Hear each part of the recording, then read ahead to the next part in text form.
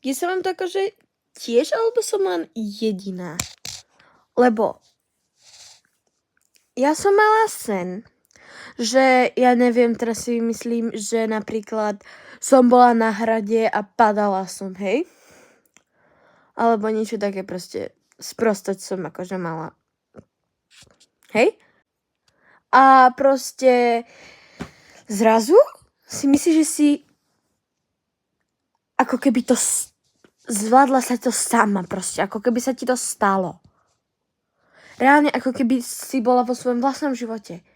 A potom zrazu otvoríš oči a cítiš sa v úplnom sne, ako keby všetko okolo teba bol sen a potom zistíš, že to, čo si doteraz robila, bol sen a toto, čo teraz vidíš, není sen. Lebo mne sa snívalo, teraz dobre počúvajte, mne sa snívalo, ako moja mama doniesla 3 mačiatka a 4 šteniatka. Neviem prečo. A ja som sa z nich tešila. Pýtala som sa, koľko ich je, lebo fakt ich bolo veľa. A boli sme na mojej škole a behali po celej záhrade našej školnej. My máme fakt veľkú záhradu. Fakt obrovskú. A proste I don't understand it.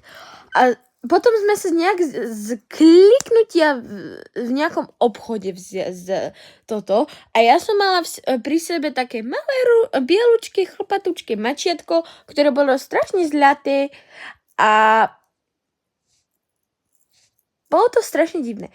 Ale potom, teraz dobre počúvajte, som sa zrazu zobudila.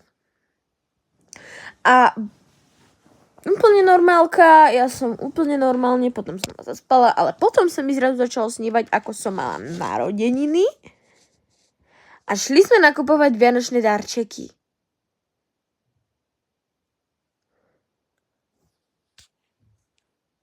A už viac si potom nepamätám, ale keď som sa zobudila reálne, ja som myslela, že som v nejakom sne a normálne som bola celá spotená a ja som akože sa pozerala okolo, tak to som, že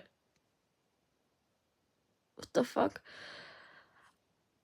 A ja tomu fakt nechápem. Nechápem.